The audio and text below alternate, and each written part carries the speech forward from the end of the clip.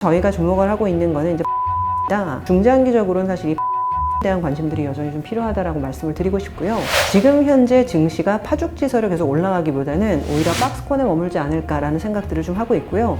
최근에 이런 테마주에 대해서는 어느 정도 좀 쉬어가는 국면 필요한 거 아닌가? 이런 생각도 좀 갖고 있습니다.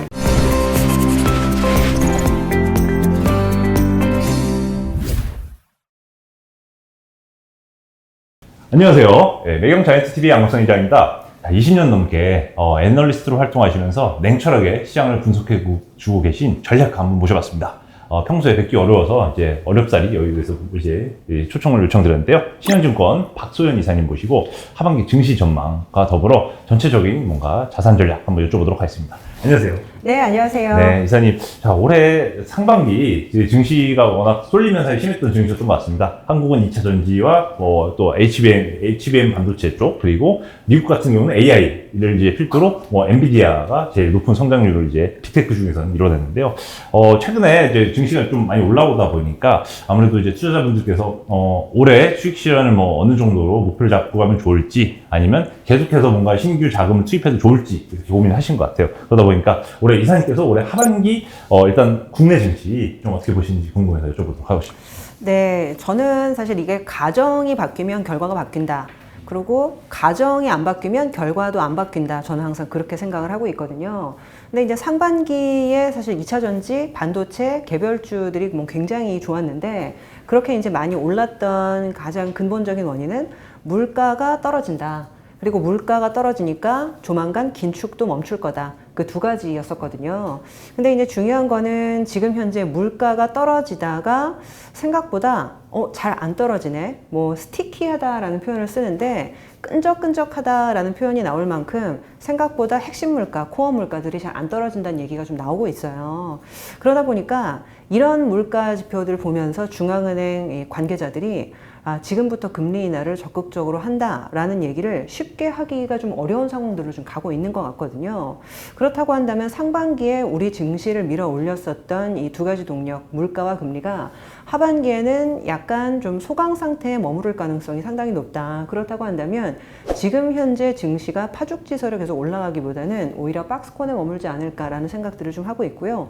그래서 오히려 지금 8월 이후 증시는 조금 쉬어가는 국면이 나올 수가 있다. 그래서 오히려 조금 기다리시는 것들이 좀 좋지 않을까라고 좀 생각을 좀 하고 있는 상태입니다. 네. 네. 사실 최근에 이사님께서 내주신 또 전략 보고서를 이제 월간 단위로 이제 발간도 해주시고 주간 단위로도 꾸준히 이제 인사이트를 주고 계신데, 사실 미국에서는 이런 표현이 났었죠. Magnificent Seven이라는 빅테크 종목이, 메가캡 종목들이 정말 너무 쏠림 형상으로 이제 주가 많이 오다 보니까 나머지 S&P 500 기준으로 매그니피센트 7이 아닌 493개의 종목을 이제 갖고 계신 그 주주분들이 좀 너무 아쉬워하셨고, 한국 같은 경우도 너무 2차 전지 내지는 최근에는 너무 테마성이긴 하죠. 초전도체 테마주들이 너무 급등하면서 사실 이제 포모만 좀 자극하는 이런 장사가 펼쳐지고 있는 것 같은데, 이사님께서 올해 이런 증시, 한국 증시, 미국 증시의 극단적인 좀 쏠림 현상이 왜 벌어졌다고 보시나요?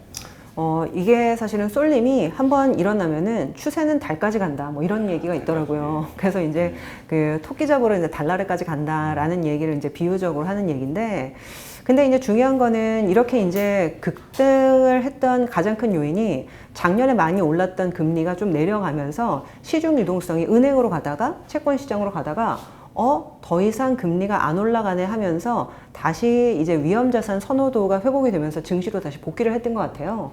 그래서 아마 기억하시겠지만 2021년도에 고객예탁금, 이 고객예탁금이 거의 한 70조 이상까지 불어났었는데, 그 고객예탁금이 한 50조 아래까지 약간 떨어지는 흐름들이 있었다가 최근에 이제 고객예탁금이 58조 원 수준까지 다시 복귀를 했습니다. 그 얘기는 사실은 은행이나 채권 시장으로 가던 자금들이 더 이상 금리가 올라가지 않다 보니까 다시 증시로 복귀하는 흐름들이 좀 있었던 거거든요. 그리고 이제 그런 자금의 어떤 흐름 자체가 외국인이 주도하는 게 아니고 기관이 주도하는 게 아니고 개인 투자자들이 주도를 하다 보니까 이 개인 투자자들 같은 경우에는 이제 위험 선호 성향이 상당히 좀 크고, 그리고 굉장히 단기적으로 회전이 빠른 그런 자금 특성을 갖고 있기 때문에 그것과 관련된 맞는 테마나 업종이 굉장히 좋았던 거죠. 근데 이제 중요한 게 다시 이제 금리가 올라가기 시작을 할 거다 이런 얘기가 좀 나오는 와중이면 사실 상반기 흐름이랑은 좀 많이 달라질 수 있기 때문에 최근에 이런 테마주에 대해서는 어느 정도 좀 쉬어가는 국면 필요한 거 아닌가 이런 생각도 좀 갖고 있습니다. 테마주에 대해서는 어쨌든 하반기에 금리 인상 그리고 또 좀 더 스티키한 물가가 예상되기 때문에 주식을 지금 갖고 계신 분들이나 새로 신규 자금을 투자하실 분들은 좀 조심하는 차원에서 말씀을 주신 것 같습니다. 그러다 보니까 장기 트레이딩에 사실 소질이 있는 투자자라면 어떻게든 사실 대응을 하실 것 같은데 보통 사두고 잘 안 보시는 게 경우가 개인분들한테 좀 많은 것 같아요. 이제 약간 어떻게 보면 자세한 가치평가 없이 사셨다가 그냥 성장주라서 뭔가 믿고 사셨다가 안 보는 사이에 갑자기 주가가 떨어져 있고 이런 경험 보통 이제 사시는 분들 좀 특히 연령대 좀 있으신 투자자분들 위주 좀 있는 걸로 아는데 여전히 사실 한국 증시의 매크로적 관점에서는 수출 실적 여전히 좀 안 좋고 금리 물가 말씀을 주셨는데 실적이 그래도 좀 턴어라운드 하는 건 괜찮다 이런 차원에서 좀 업종을 좀 주도할 만한 업종이 보이실까요? 그러면? 일단은 지금 가장 투자자들 관심이 많으신 것이 이제 조선 업종인 것 같아요. 이게 기본적으로 어떤 업종이 이제 좋아지려면은 경쟁자들이 도태가 되거나 그리고 이제 상당 부분 구조조정을 경험을 하게 되면 그 업종이 아주 이제 좋아지는 경우가 많거든요. 근데 이제 그동안 사실은 경쟁자들이 가장 많이 도태가 되고 그러면서 이제 한국 업체들의 좀 경쟁력이 살아날 수 있는 몇 안 되는 업종이 조선 업종입니다. 아시겠지만은 지금 일본 회사들 그리고 중국 회사들이 최근 10년간 해운 업황 그리고 조선 업황이 완전히 이제 좀 악화되면서 많이 시장에서 퇴출이 됐어요. 근데 그러다 보니까 이제 한국 업체들도 힘들긴 했지만 지금까지 이제 버티면서 여러모로 이제 경쟁력을 닦아왔는데 오히려 이제 이 구조조정되는 상황에서 업황이 턴어라운드 하게 되면서 그 과실을 다 가져갈 수 있게 되는 상황인 거죠. 물론 단기적으로는 이제 인건비도 올라가고 그리고 이제 건조해야 되는 어떤 이 원자재 비용까지도 올라가면서 여러 가지 이제 비용 이슈들이 작년에 많이 있다 보니까 업황은 좋아지고 수주는 들어오는데 이익이 안 난다며 라고 하면서 작년에는 거의 못 올랐었거든요. 근데 오히려 지금 이제 내년도에 이제 인도할 선박들이 이제 돌아오는 시기들이 이제 도래하면서 오히려 이런 흐름들이 이제 수주 베이스로 보게 되면 매출이 확대되면서 드디어 이제 어닝이 턴어라운드 할 것이다라는 얘기가 좀 나오고 있고요. 그래서 저희는 이 구조조정이 완료된 과실들을 가져갈 수 있는 한국 업체들 오히려 좀 중장기적으로는 계속 좋게 볼 수 있다라는 생각들을 좀 하고 있고요. 두 번째 저희가 주목을 하고 있는 거는 이제 반도체입니다. 사실 반도체는 사실 이제 조선보다는 좀 사이클이 느린 것 같아요. 그러니까 왜 그러냐면은 이 반도체가 이제 여러 곳에 많이 쓰이는데 첫 번째 쓰이는 곳이 PC일 거고요. 그리고 두 번째 많이 쓰이는 곳이 이제 스마트폰일 거고 세 번째는 이제 서버라고 해서 보통은 이제 클라우드나 이런 데에서 많이 쓰이게 됩니다. 근데 지금 현재 이제 중국의 경기 회복이 상당히 느리다 보니까 스마트폰이 잘 안 팔리고 PC가 안 팔리면서 스마트폰과 PC의 경기는 지금 죽어 있는 상태이거든요. 근데 이게 이제 불행 중 다행인 것이 미국에서 이제 AI 반도체에 대한 흐름들이 올라오게 되면서 이 서버만큼은 지금 업황이 굉장히 빠르게 좋아지고 있는 것 같더라고요. 그래서 사실은 조선만큼은 아니고 어떻게 보면 사이클이 조금 느리게 살아나고 있긴 하지만은 중장기적으로는 사실 이 반도체에 대한 관심들이 여전히 좀 필요하다라고 말씀을 드리고 싶고요. 그리고 가장 중요한 거는 현재 이 미중 대결 구도에 있어서 반도체를 이 국가 기간 산업으로서 양성을 해야 되겠다는 생각들을 모든 정부들이 많이 하고 있거든요. 그러다 보니까 보조금이든 내지는 법인세 혜택이든 여러 가지 어떤 다방면에서의 정부 지원이 나올 가능성은 있고 그런 것들이 어떻게 보면 지금 이 수주의 전체적인 물량들을 늘릴 가능성이 있기 때문에 저희는 반도체에 대해서 좀 중장기적인 관심이 필요하다 말씀을 드리겠습니다. 네, 두 가지 짚어주셨습니다. 올해 하반기에 그래도 좀 턴어라운드, 실적 개선 측면에서 집중하는 업종이 조선 업종 그리고 두 번째 반도체 업종 두 가지 꼽아주셨는데요. 사실 주간 단위로 좀 더 이제 업데이트를 해주시는 이 이익 전망, 컨센서스 전망치 개선을 보니까 업종별로는 좀 기계 업종이라든지 자동차 업종에 대해서도 좀 그래도 상승, 이익 컨센에 대한 이제 이익 상향 조정이 많이 이루어진다고 이제 분석을 해주셨더라고요. 기계하면 보통 이제 북미발 이제 인프라 투자에 대한 수혜주로 많이 거론이 되고 있는 상황인데 기계 업종에 대해서는 어떻게 보시나요? 네, 뭐 사실 기계업종도 지금 현재 어닝 추정치 자체로는 나쁘지가 않은데 약간 좀 걱정이 되는 거는 현재 이번에 미국의 신용등급이 강등되지 않았습니까? 근데 이제 미국 신용등급이 강등된 여러 가지 이유 중에 하나는 미국 정부에서 보조금을 지나치게 많이 주고 그러다 보니까 미국 정부의 어떤 재정 건전성이 약간 악화가 되고 있다라는 얘기들이 나오면서 이제 이런 일들이 벌어지는 거거든요. 근데 방금 말씀하셨던 이런 인프라나 이런 것들이 사실 민간 기업들의 어떤 자체적인 어떤 인프라 지출도 있지만 미국 정부가 주도하는 뭐 바이든 행정부 초기에 이제 빌드백 베러라고 해서 인프라 투자 지출들을 굉장히 많이 했었거든요.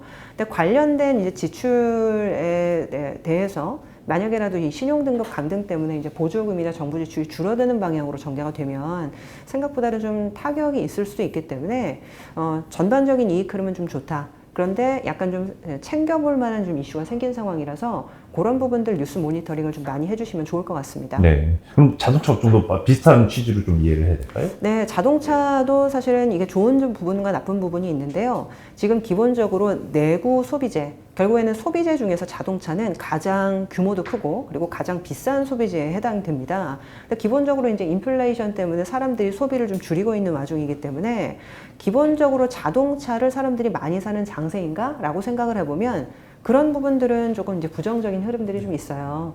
그리고 이제 원달러 환율 측면에서 보게 되면 상반기에는 환율이 좀 떨어지는 흐름이었기 때문에 이 자동차가 사실은 원화 약세일 때 보통 이제 매출도 좋고 영업이익도 좋은 좀 환약세 효과를 누릴 수가 있기 때문에 근데 이제 상반기는 환율이 떨어지는 흐름이었다는 거죠. 그러다 보니까 이제 지금 사실은 자동차가 모멘텀이 있느냐라고 보면 약간 이제 약한 것 같다. 그런 얘기들을 좀 많이 해요. 근데 지금 하반기 들어서 미국이 생각보다 인하를 빨리 안 할 것 같다라는 얘기도 좀 나오고 있고요.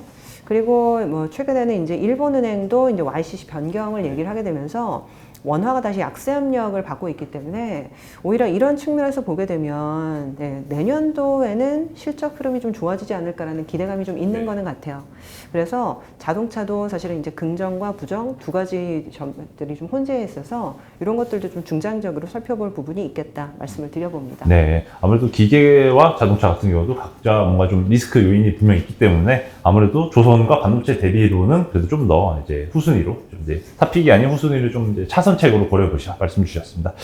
사실 이 증시 얘기하다 보면 외국인 수급 얘기도 이제 빼놓을 수 없을 것 같은데 되게 인상적이었던 게 말씀하시면서 그동안 2021년도 한참 이제 소위 말하는 불장이죠. 불장에서 고객 예탁금이 70조 원대 이제 등락을 하다가 그 이후로 이제 개인 자금도 많이 빼셨다가 최근에 다시 좀 그 바닥에서 다시 늘어나는 모습을 보이면서 개인 주도의 장세가 펼쳐졌다라고 이제 표현하시는 게 재밌었는데 그동안 사실 국내 증시하면 전통적으로 외인 그리고 기관 이 양대 세력이 수급의 보통 주체로 거론이 됐었는데 그런 차원에서 볼 때 외국인의 현재 수급 동향은 국내 증시에서 어떤 점이 뭔가 좀 특징적으로 보이시는 게 있나요? 네, 이게 참 안타까운 게 외국인 투자가들이 올해 우리나라 증시에서 10조 원 정도를 샀더라고요. 그러니까 사실 안 산 거 아니고 많이 산 거기 때문에 이게 이제 좋게 볼 수 있는 측면이 분명히 있습니다. 근데 그럼 뭘 샀냐를 제가 따져보니까 삼성전자와 그 SK하이닉스를 한 13조 원 정도를 샀더라고요. 그 얘기는 사실은 삼성전자와 SK하이닉스를 사실은 제외하면 거의 산 게 없고 사실상 더 팔았다라는 얘기가 됩니다. 그래서 어찌 보면 이제 뭘 팔았나라고 보니까 이제 뭐 포스코 홀딩스라든지 뭐 이런 사실은 주가가 많이 오른 어떤 종목들은 오히려 차익 실현을 하는 행태들을 좀 많이 보였거든요. 이 얘기는 사실은 외국인들이 들어올 때 우리나라 전체 증시를 좋게 보면 모든 업종을 고루고루 사게 됩니다. 그래서 시가총액 비중대로 뭐 금융도 사고 소비재도 사고 여러 가지 업종들을 다 걸쳐서 사야 되는데 지금은 정말 특정 업종만 타겟해서 사고 있다. 그리고 그렇지 않은 것들은 오히려 팔고 있다라는 거는 한국 증시 전반 체력에 대해서 그다지 좋게 보지 않고 있다라는 얘기로 좀 들리더라고요. 그리고 이제 아까도 잠깐 말씀을 드렸지만은 원화가 강세로 갈 때는 가만히 갖고만 있어도 환에서 외국인들이 이익을 볼 수가 있기 때문에 원화 강세기에는 외국인들이 오히려 더 투자를 늘리는 경우가 많아요. 상반기가 사실은 그랬고요. 근데 이제 최근에 보면은 더 이상 환율이 내려가기 어렵다라는 컨센서스가 좀 형성이 되면서 환율이 다시 1,300원 위로 약간 올라올까 말까 지금 그런 분위기인데 이런 상황에서는 가만히 앉아만 있어도 오히려 환차 손을 볼 수 있는 상황으로 전개가 되거든요. 그래서 이제 외국인 투자자들 같은 경우에는 안 산 거는 아니다. 그런데 특정 업종만 타겟해서 샀고 그리고 환율 영향을 상당히 많이 받기 때문에 오히려 환율이 올라가는 구간에서는 외국인 순매수가 줄어들 수 있기 때문에 이런 부분들은 조금 면밀하게 보셔야 된다 말씀을 드립니다. 요것도 여쭤보고 싶습니다. 외국인의 순매수가 물론 삼성전자 워낙 시총에서 차지하는 비중이 크다 보니까 뭐 비율적으로 비례적으로 순매수가 많이 차지할 수 있을 거라는 생각을 할 수 있을 건데 업종이 이제 반도체, 그 메모리 반도체를 대표하는 두 개 대형주에만 몰렸다는 게 좀 의아한데요. 사실 그 현재 국내 개인 투자분들은 많은 분들이 이제 반도체에 이어서 2차 전지가 어떻게 보면 반도체만큼 이제 한국의 수출을 견인하는 주력 성장 산업으로 이제 국가 전략 산업으로 키워야 된다. 아니면 그렇게 될 것이다라고 이제 뭔가 이제 신념을 갖고 이제 투자를 하고 계시는 분들이 많은데 외국인들은 반도체만 여전히 좀 픽하는 모습을 보여주는 게 그럼 외국인은 2차 전지에 대해서는 좀 2차 전지 섹터에 대해서는 어떤 뷰를 갖고 있다고 좀 해설하시나요? 뭐 제가 외국인 투자가 아니다 보니까 예. 알 수는 없지만은 근데 통상 이렇게 예전에 이제 외국인 투자자들을 제가 만나 보면 밸류에이션을 굉장히 좀 중요하게 여기거든요. 중장기적으로 이제 좋아지고 전망이 좋고 이런 부분도 굉장히 좀 중요하지만은 항상 장기 투자를 하려면은 싸게 사야 된다라는 관점으로 접근하는 경우가 상당히 좀 많습니다. 근데 이제 최근에 모두 다 그런 건 아니지만 최근 이제 이 2차 전지 관련된 업종이나 종목들을 보게 되면 현재 이익 수준보다는 상당히 고평가되어 있는 경우가 많거든요. 뭐 사실은 50배, 60배, 내지는 뭐 7, 80배까지 가는 종목들이 상당히 좀 많기 때문에 그러다 보니까 접근을 하려면 조금 떨어졌을 때 접근을 하려고 생각을 하고 지금은 사실은 적극적으로 사지 않거나 오히려 좀 매도하고 있는 게 아닌가 생각이 좀 들고요. 그래서 전반적으로는 외국인 투자자들은 2차 전지에 대해서 아주 적극적으로 접근하고 있는 것은 아닌 것 같다 말씀을 드립니다. 네, 감사합니다.